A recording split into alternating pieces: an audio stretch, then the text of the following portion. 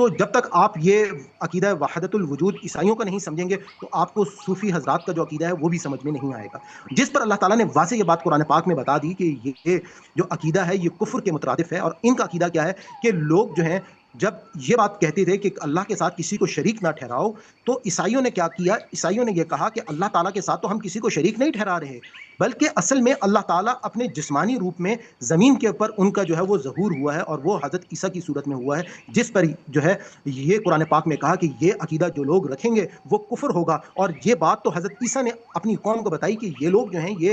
یہ غلط کام کر رہے ہیں، کیونکہ یا بنی اسرائیل عبادت کرو اللہ کی جو میرا بھی رب ہے اور تمہارا بھی رب ہے، یعنی کہ خود اللہ تعالیٰ نے کہا کہ میں جو ہوں میں رب نہیں، بلکہ وہ خدا جس نے ہم سب کو پیدا کیا ہے وہی رب ہے۔ اور ان کے لیے اللہ تعالیٰ نے یہ بات بتا دی کہ یہ لوگ جو ہیں یہ انہو من یشرک من جو یشرک شریک ٹھہرائے باللہ اللہ کا، اور کوئی بھی شخص اگر کسی کو اللہ کے ساتھ جب شریک ٹھہرا دیتا ہے تو فقط حرم، تو تحقیق حرام کر دی اللہ نے ان پر علیہ الجنہ، ان پر جنت، ومأوہ اور اس کا ٹھکانہ آگ ہوگا،